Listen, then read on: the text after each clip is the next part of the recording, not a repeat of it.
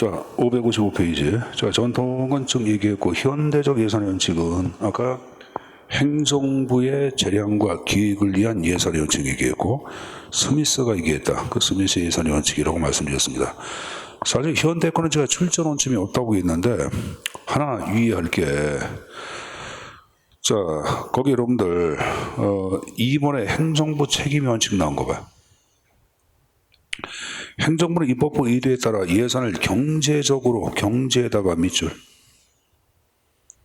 이걸 경제적으로 이것을 합법적으로 그러면 틀려요. 합법적이란 말은 통제를 강조한 표현이 되기 때문에 합법이란 말을 쓰면 안 됩니다. 알았습니까? 그거 한 문제하고. 자, 그리고 여러분들 뭘 좀 보냐 하면은 좀 내려 7번에 행정부 재량. 이게 기출문제인데 행정부의 재량 범위를 확대하여 그 행정부의 재량을 많이 주자고 파악하는 거예요. 그럼 이 행정부 재량을 많이 주자 이와 관련된 예산이 아까 얘기한 우리 총액 예산, 총괄 예산 배운 거 기억나나? 총액으로만 올린 거.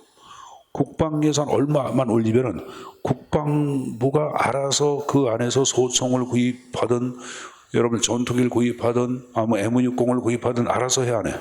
하죠. 그래서 이런 행정부 재량의 원칙을 대표하는 것 거기 나온 게 벌크 버제트에서 총괄 예산위를 대표한다. 이렇게 좀 하나 정리해서 가져가십시오. 알았습니까? 자, 정리된 걸 간주하고 다시 이제 557페이지 다른 거 보지 마시고 제 3절 예산의 분류 파트를 좀 보겠습니다. 자, 예산의 분류에서도 출제, 빈출, B급 자리가 나옵니다. 그래서 출제 포인트에 기능별 분류에서 별표 2개 나왔어. 그게 중요하다고 보시고 내용 정리해서 가져가시면 됩니다.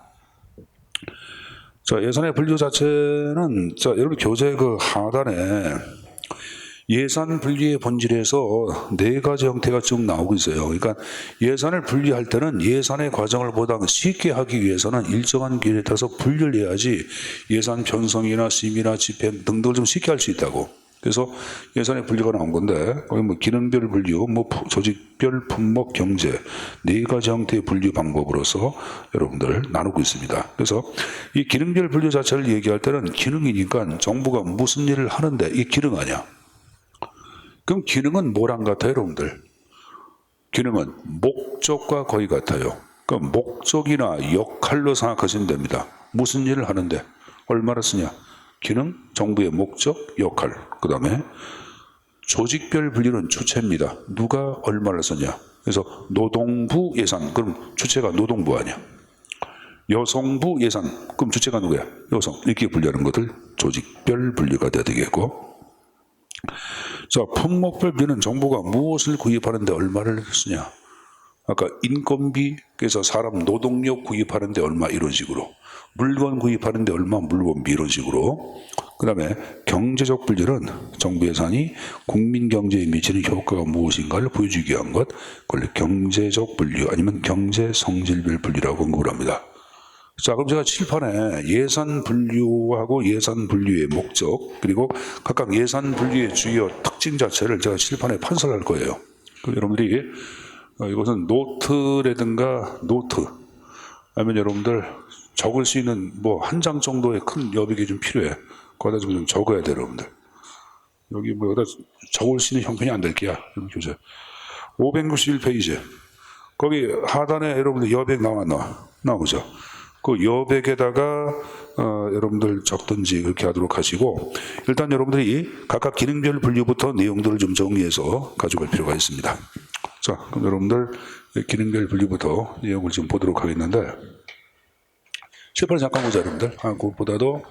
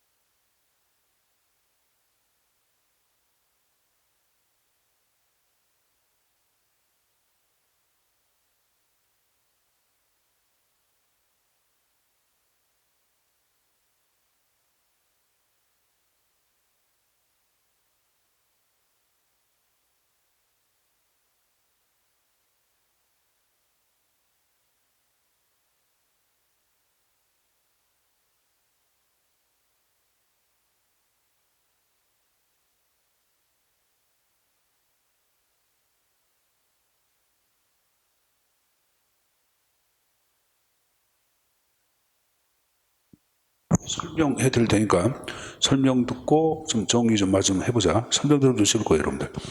자, 일단 예산 분리의 주요 목적을 이렇게 좀 정리를 시켜놨어요. 시켜놨고, 이쪽은 여러분들 예산의 4대 분류, 경제, 성질, 기능별, 조직체, 품목, 이걸 4대 분류의 형태로 해석을 하죠.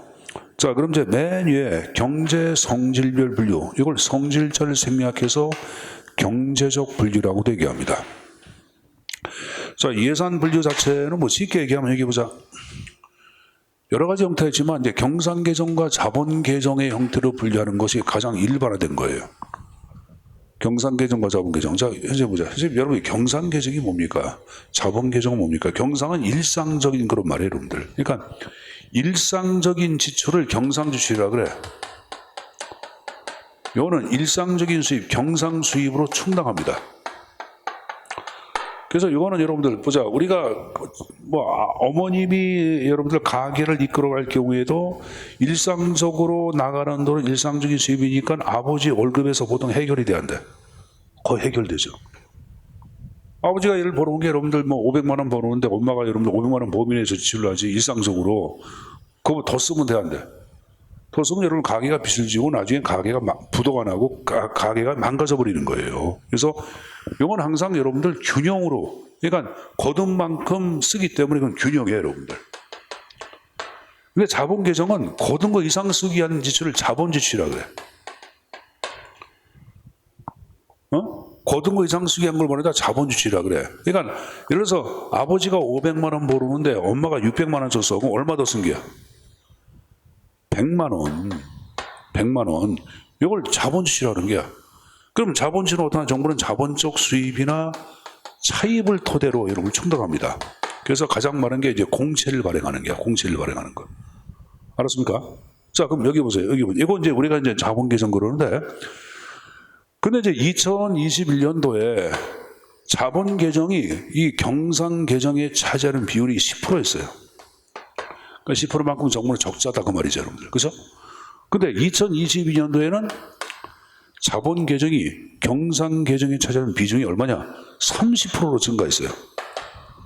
그럼 2022년도에는 정부에서 돈을 더 많이 쓴다, 덜 쓴다? 21년보다 돈을 더 많이 쓴다, 덜 쓴다? 이걸 모르면 난 니들이 이해가 안 가. 내가 방금 전에 자본계정 자체는 돈을 더 쓰는 거라 했잖아. 21년도에 10%, 22년도에 30% 그럼 이게 증가한 거 아니야? 그럼 정부는 돈을 더 많이 쓰는 게야, 덜 쓰는 게야? 이게 답이 안 나오면 난 니들이 이해가 안 간대도. 이건 여러분 유치원생한테도 물어봐도 답할 거야. 10%만큼 올해는 더 써서 내년에 30%만큼 더 쓴다 그거 아니야. 그럼 내년에 시중에 돈이 더 많이 풀려 안 풀려?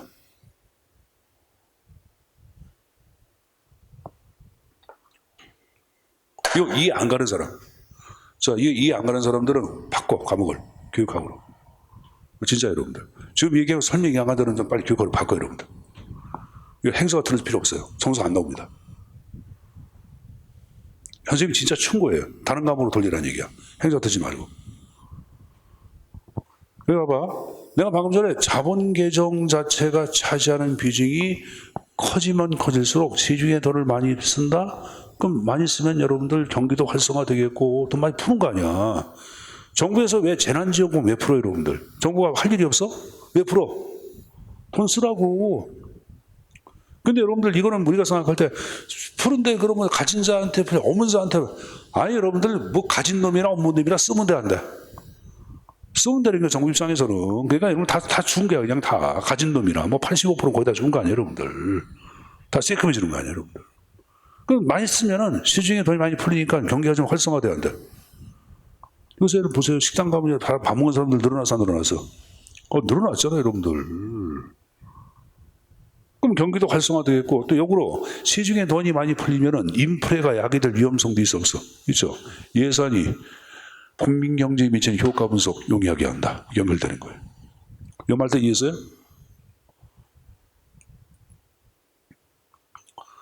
그러면 예산을 통하여 예산이 국민 경제에 미치는 효과를 분석하는 사람들 보통 고위층 장관, 차관 이런 사람들이야 구급 공무원이야. 여러분 구급 공무원 돼가지고 내가 돈을 씀으로써 국민 경제에 미치는 효과가 무엇인가 하는 거 따져? 그런 거 안 따져요, 여러분들. 뭘 따져요, 여러분들. 이건 고위층에서 어떤 여러분들 정부 정책을 위반할 때 참고로 활용하는 거예요. 그래서 여기 나온 게 고위층의 화력이 크다 그런 말을 쓰고 있는 거예요. 이 분류 방법은 여기 다른 분류 방법을 반드시 병행합니다. 왜? 경상계정과 자본계정만 편성해서 이걸 예산 분류라고 할 수는 없잖아요, 여러분들. 우리가 지금 얘기한 여러분들 이 경제 성질별 분류는 여기 보자. GDP 대비 정부 소비 얼마. 이것도 지금 얘기한 식으로 경제적 분류 들어가. 이것도. 그럼 GDP 대비 정부 소비가 2021년도에 10%였다가 2020년도에 40%. 그럼 20년대는 돈을 많이 쓴다 안 쓴다? 쓴다. 정부가 소비하는 거니까. 이것도 경제적 분리라 그래. 근데 여러분 이게 보자. GDP 대비 정부 소비가 얼마다 이렇게 발표해놓고 예산의 분류라 그러면 이게 맛이가 안 가. 이게 무슨 예산의 분류야. 그래서 엄밀한 의미로 경제적 분류는 예산 분류로 볼 수 없다는 게 학자들의 견해입니다, 여러분들. 이건 단순한 통계적 추정에 불과한 거지. 이건 예산의 분리로 볼 수 없다는 사람들이 있어요, 여러분들. 하여간 이제 우리가 재무행정 파트에서는 예산의 분리로 파악하고 있으니까.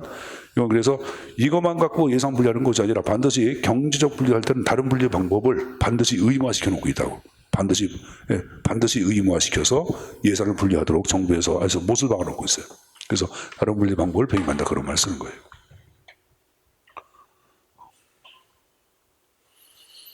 자, 또 번째 기능별 분류. 자, 기능은 여러분들 목적과 거의 같다고 얘기했잖아요, 여러분들. 그래서 국방의 기능을 수행한다, 국방비 이런 식으로. 교육의 기능을 수행한다, 교육비 이런 식으로. 경제 개발의 기능, 경제 개발비. 이게 지금 얘기한 기능별 분류예요. 여기 보세요.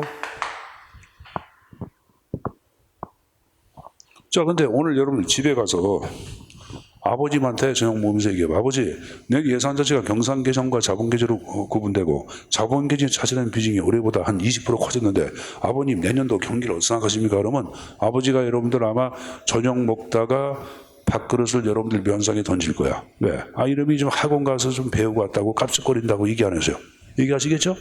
근데 만약에 아버지한테 아버지 내년도 예산 보니까 국방비가 올해보다 30% 증액됐는데요. 그러면 아버지 입장에서는 그래 내년도 정부 입장에서는 국방 방위 사업에 보다 많은 집중을 심혈을 기울이는구나 이렇게 얘기할 수 있겠지.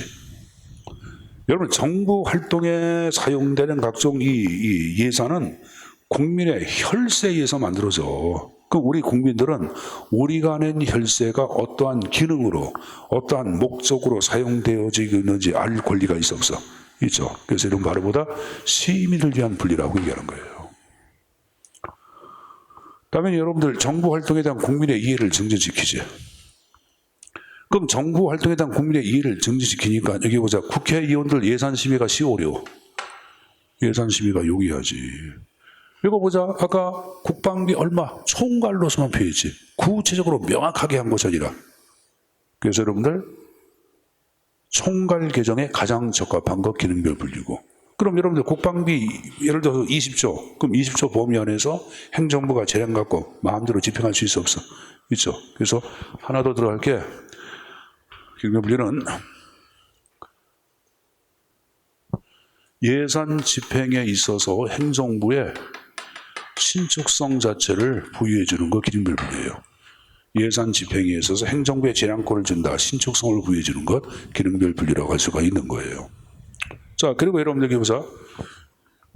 여기 보자. 여러분 우리가 어떤 목적이나 목표가 나와서 그 다음 여러분들 이를 위한 사업 계획을 보통 수립을 해야 해. 하잖아요, 여러분들. 여러분들 공무원이 되기 위한 목표 설정해서 그럼 이를 위해서 어떻게 해야지. 나름대로 계획을 짜 안 짜. 정부도 마찬가지예요.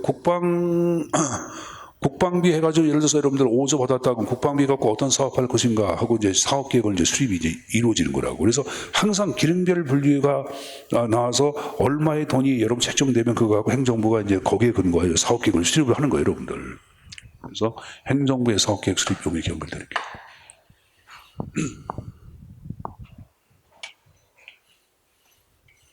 자, 그 다음 나온 게 뭐가 나왔어요? 조직체별 분류. 이건 여러분 주체에 따른 분류야. 국방부 예산, 교육부 예산 이런 식으로. 국토교통부 예산 이런 식으로. 선생님 보세요. 국토교통부가 3조 썼어. 3조 쓴 주체는 어디야? 국토교통부죠, 여러분들. 여성부가 2조 썼어. 2조 쓴 주체는 여성부죠. 이 말은 뭐다? 경비 지출에 있어서 책임 소재가 명확하다고 얘기하는 거예요.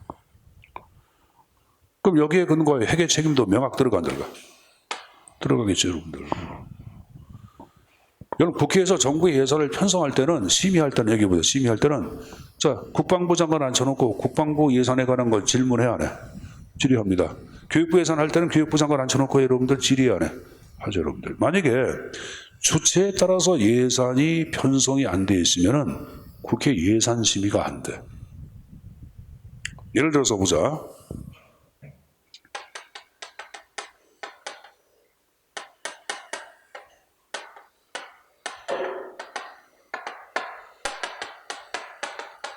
자, 제가 해외 주둔 군인 자녀를 위한 학교의 건설이라는 사업이 있다고 가지고 보자. 이걸 여러분 국회에서 심의하려고 그래. 그럼 누굴 대상으로 심의를 해? 누굴 앉혀? 해외 주둔 군인 자녀를 위한 학교의 건설. 이 사업은 누굴 앉혀놓고 물어볼까? 1번 외교부 장관, 2번 교육부 장관, 3번 국방부 장관, 4번 국토교통건설부 장관. 누구 앉혀놓고 물어봐. 알 수가 없잖아. 알 수가 없잖아. 해외, 군인, 학교, 건설, 이 뭐 알 수가 없어요. 다른 부처가 다 관련되잖아요, 복합적으로. 이럴 땐 여러분 예산심의에 거의 불가능한 거예요. 이걸 누가 하는지 주체가 나와야지. 그러니까 이것은 여러분들 얘기한 식으로 주체가 정확히 나왔으니까 국회 예산심의에 있어서 가장 유용한 게 이거야. 왜? 조직체에 따라서 예산이 분류가 돼야지 국회에서 예산심의가 가능해. 그래서 입법부의 예산심의에서 가장 유용한 것. 지금 얘기한 조직체별 분류라고 얘기하는 거예요. 알았습니까? 자, 그 다음에 품목별 분류는 가장 구체화된 목에 따른 분류야. 여비 얼마, 청소비 얼마, 여러분들 물건 구입비 얼마 이런 식으로 하는 게 품목별 분류예요, 여러분들. 조목. 그래서 이 품목별 분류를 다른 말로 명세예산이라고 그래요. 뭐란다? 조목조목 고쳐도 있다. 명세예산 분류, 명세예산이라고 표현하기도 합니다. 품목별 예산해가지고 명세예산이라고 표현하기도 해요, 여러분들. 근데 이 분류는 이 4대 분류 가운데 가장 오래된 분류야. 전통적인 분류야. 근데 하나 유의할 게 가장 전통적인 분류해가지고 이게 안 나왔어. 그럼 차선책의 답은 조직체야. 알았습니까? 요게 안 나왔으면 2등이 이거야. 만에 하나. 현재 그렇게 시험제 나옵니까? 자, 여러분들 2021년도 군무원 시험 문제 보면 답이 복수가 답인데 복수정답을 처리를 안 했어요. 군무원 시험에서. 그런 게 문제가 나왔거든요, 여러분들. 이건 문제가 분명히 잘못한 건데 복수정답을 처리 안 했더라고요, 여러분들. 내가 보니까. 이건 문제가 많거든요, 여러분들. 그래서 이런 것 때문에 어쩔 수 없이 여러분들 여기 보자. 여러분들은 순위를 적어놔야 돼. 이게 1순위, 이게 안 나온보다 이게 2순위. 알았습니까? 보통 묶어서 이걸 여러분들 품목 조직별 분류, 조직별 품목 분류 이렇게 되게 하는데 그래서 이제 분류를 해놓은 거예요. 하여간에 이거고 이건 여러분들 다른 분류 방법의 대체로 수반이 돼. 아까 다른 분류 방식을 반드시 수반하는 것은 뭐였어요? 경제적 분류는 반드시 수반하도록 의무화되어 있지만 이건 보통 정부에서 어떤 예산 제도라든가 분류를 했다 그러면 이 분류는 보통 대체로 수반이 된다 안 된다? 된다고 표현해요, 여러분들. 그리고 여러분들 인건비가 하나의 목으로 구성되어 있기 때문에 인건비가 얼마 이런 식으로 인사행정, 사람 인사행정에 유용한 자료 정해 주는 걸 품목별 분류라고 얘기하는 거예요, 여러분들. 자, 여러분들 여기 보자. 여러분 조카가 예를 들어서 6살 먹은 조카가 있어. 그 심부름 시켰어. 여러분이 10,000원을 주면서 조카 이름이 예를 들어서 여러분들 형섭이라고 보자. 형섭아, 너 뭐 삼촌 심부름 좀 해. 아저씨 10,000원 줬어요.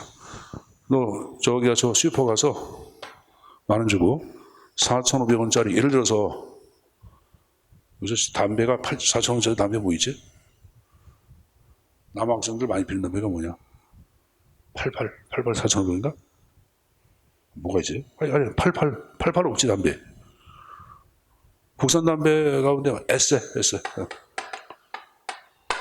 하나 하고 예를 들어서 얘기하는 게야. 그리고 여러분들 뭐 1,000원짜리 뭐일까? 새우깡 하나 하고 뭐 1,000원짜리 뭘까? 감자칩 하나 하고 1,000원짜리 치토스 하나 하고 그리고 뭐 500원짜리 3개 누가 봐 하나, 누가 봐 사라. 이렇게 시켰어요. 그럼 여러분들 형섭이는 기분 좋지. 왜? 삼순이 새우깡도 사주고 감자칩 사주고 치토스 사주고 누가 봐 사주니까 기분 좋아 안 좋아? 기분 좋겠죠. 근데 여러분들은 지금 형섭이가 못 믿어. 왜? 6살 먹었으니까 이걸 10번을 복상시켜. 그래서 매워. 그럼 이제 보내. 형사 신났습니다. 신나서 막 뛰어갑니다. 그러다가 여러분들 전봇대에 부딪혔어. 그래도 이걸 잊어버리지 않고 삼순 시킨 대로 다 사와. 왜? 아무리 나이가 어린 형섭이라 할지라도 조목조목 구체적으로 하나하나 얘기해 주면은 예산 집행이 단순 용이해 용이하지 않아. 단순 용이하죠. 그래서 지금 얘기한 거 품목별 분류에 이게 연결되는 게 그렇게 예산 집행 용이 단순 용이하다 이렇게 연결되는 게. 알았어요? 근데 여러분 얘기해보자. 형섭이가 나이가 먹었어. 그래서 이제 몇 살? 초등학교 6학년이 됐어. 그래서 10,000원 주고 사오라고 시켰어. 한 번만 얘기도 알겠죠, 여러분들. 근데 얘가 슈퍼까지 집에서부터 거리는 한 여러분들 왔다 갔다 그러면 여러분들 10분이면 넉넉한데 이놈아가 30분이 돼도 안 오는 거야. 그리고 45분만에 갔어. 근데 어떻게 사왔냐? 이렇게 사온 게 아니라 새우깡 1,000원짜리 3개, 감자칩 1,000원짜리 여러분들 4개, 500원짜리 누가 봐 하나, 그리고 에세 까치담배, 까치, 계피담배, 계피로 3개 사왔어. 그러면 여러분들 형식에 앉혀놓고 머리털 뽑아 안 뽑아? 뽑죠. 이름마가 짜지가 시킨 대로 안 사서 야단치죠. 이 말은 조목조목 되시니까 지 마음대로 할 수가 있어 없어? 할 수가 없어요. 지 마음대로 할 수 없다는 것은 재정 통제를 엄격히 한다 안 한다? 한다. 그래서 재정 통제 엄격히 연결되는 거예요. 이렇게. 알았습니까? 그럼 여러분들 장부도 회계 장부도 명확하게 기록이 돼야 돼. 조목조목 구체적으로. 그래서 회계 장부의 명확성에서 회계 책임 명확까지 연결하기도 합니다. 요 그림은 여러분 교재 558페이지 상단에 예산 분리의 목적이 나오고 있는 그림 있죠? 558페이지 그 그림하고 그 다음에 여러분들 교재 거기 기능별 분리에서부터 그 다음 페이지 품목 분류까지에 관한 내용을 제가 쭉 말씀을 드린 거예요. 자, 그럼 여러분들 기능별 분류 나온 거 보자. 자, 1번에 국가의 주요 기능에 따른 분류해가지고, 자, 얘기 안 했지만 밑줄, 세출 위주의 분류에다가 밑줄. 세출 위주의 분류, 세출 위주. 기능별 분류는 세입 예산에서는 사용을 안 해. 세출 예산에만 사용합니다. 자, 그리고 여러분들 두 번째 줄 끝에 시민을 위한 분류라고 나왔어, 안 나왔어? 나왔죠. 자, 옆 페이지 보세요. 옆 페이지 맨 위에 장점, 행정부의 사업계획 수립 용이하게 해야 하네. 하죠? 입법부의 예산심의 용이 얘기했죠? 예산집행 신축성부 얘기했죠? 국민의 이해 증진 동호 얘기했죠? 총괄 개정에 가장 적합 얘기했죠. 자, 그러니까 총괄 개정의 반대말이 명세 예산 명세 개정이야. 아까 명세 예산은 뭐라 그랬어요? 그렇죠. 품목별 분류라 그랬잖아. 그래서 품목별 분류의 장점이나 특징이 없는 게 이름의 단점이야. 그래서 거기 단점의 두 번째 줄 밑줄, 예산에 대한 입법부의 효율적인 통제, 엄격한 재정 통제가 어렵다고 말해요, 여러분들. 알았습니까? 그 단점 하나만 체킹. 자, 두 번째, 경제 성질별 분류. 예산이 국민 경제에 미치는 영향을 파악한 분류. 밑줄, 경상개정과 자본개정 분류한다 그랬죠? 예산이 국민 경제에 도움을 주는 분류 나왔고, 고위층에서의 활용이 크다. 밑줄. 그리고 타 분류 방법과 분리할 수 없다. 이 말은 뭐야? 다른 분류 방법을 반드시 병행한다 안 한다? 병행한다. 거기까지만. 됐습니까? 그 다음 페이지. 조직체별 분류. 자, 맨 위에 보자. 예산을 부처별, 기관별, 소관별. 이게 다 주체야. 부처에 따라 노동부 예산 이런 식으로. 기관에 따라서 병무청 예산 이런 식으로 여러분들. 알았습니까? 소관과 기관은 같은 말이에요, 여러분들. 소관과 기관은 같은 말이고, 예산의 주체, 즉 조직 단위를 중심으로 분류하는 것, 조직체별 분류 이렇게 나와요, 여러분들. 또 그럼 2번 나온 거 밑줄. 입법부의 예산 심의를 위해서 가장 유용한 분류라고 얘기 예산했어요. 했죠. 그럼 3번에 이 분류 방법은 밑줄. 경비 지출의 책임 소재 명확 얘기 예산했어요. 했죠? 회계 책임 명확 얘기 예산했어요. 했죠, 여러분들? 단점 보지 마세요. 일단은 장점만 좀 가져가세요. 자, 쭉 내려가서 쌍가로 4번의 품목별 분류. 여러분, 품목별 분류 가로에 놓고 경제 성질이야, 경비 성질이야? 경비 성질이야. 경제 성질 아니 경비 성질별 분류. 자, 그래서 여러분들 의의 밑줄, 지출의 대상 밑줄. 이 지출의 대상 자체를 얘기할 때는 노동력 자체에 돈이 나가냐, 청소비에 돈이 나가냐, 그런 걸 얘기하는 거예요. 알았습니까? 분류한다. 그러니까 이번에 가장 오래되고 가장 전통적인 분류라고 이 계산했어요. 했죠? 그래서 4번에 다른 예산제도의 대체로 수반된다고 아까 이 계산했어요. 얘기했죠, 여러분들. 자, 옆 페이지에 장점 나온 거 봐. 예산 집행제 체계를 명확히 한다 얘기했죠? 그 다음에 인건비가 하나의 항목해서 네 번째 줄 끝에 인사행정에 유용한 정보 제공 밑줄. 맨 밑에 행정부의 재량 범위를 줄여 행정부의 통제, 재정 통제 엄격히 한다 그 말이에요, 여러분들. 알았습니까? 그러니까 뭐 칠판에 정리한 이 그림 있죠. 이 그림이 굉장히, 이건 암기할 수가 없어. 그러니까 문제가 나온다 하더라도 이해해서 문제를 풀어줘야 돼. 그러니까 칠판에 정리한 내용들이 이해가 됐을 거라고 생각하고 있는데 이걸 다시 한번 여러분들 정리를 마저 해두셔야 합니다. 알았습니까?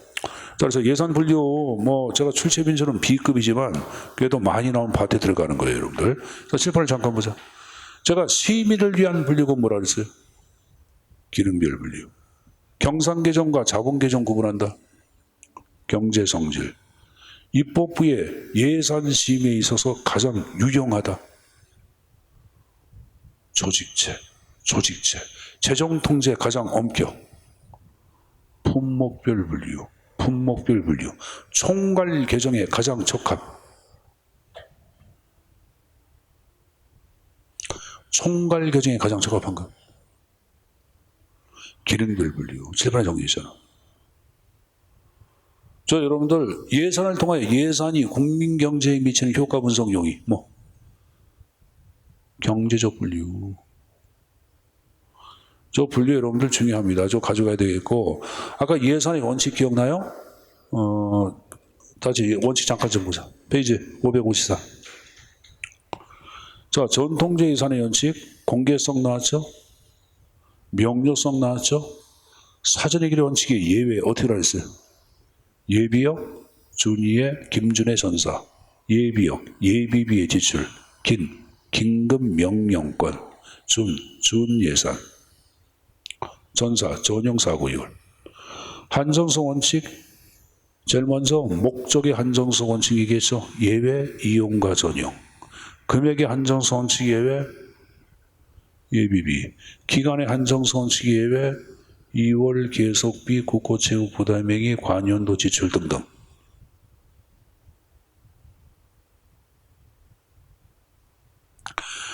완전성 원칙 자체를 얘기할 때 여러분들 모든 세액과 제초는 기록되어야 한다. 기억납니까? 예외, 승계예산, 기금, 수입대치경비, 전대차관, 현물출자. 다 출제해 나왔던 거야.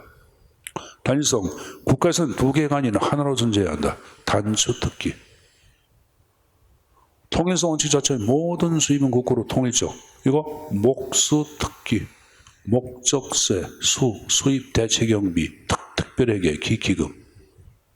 그래서 그 원칙과 원칙이 왜 중요합니다. 자, 여기까지 있으니까 점심들을 좀 먹고 여러분들 제4절 예산의 종류는 점심 먹고 수업을 시작하겠습니다. 알았습니까? 이렇게 하시고 점심 먹고 하자.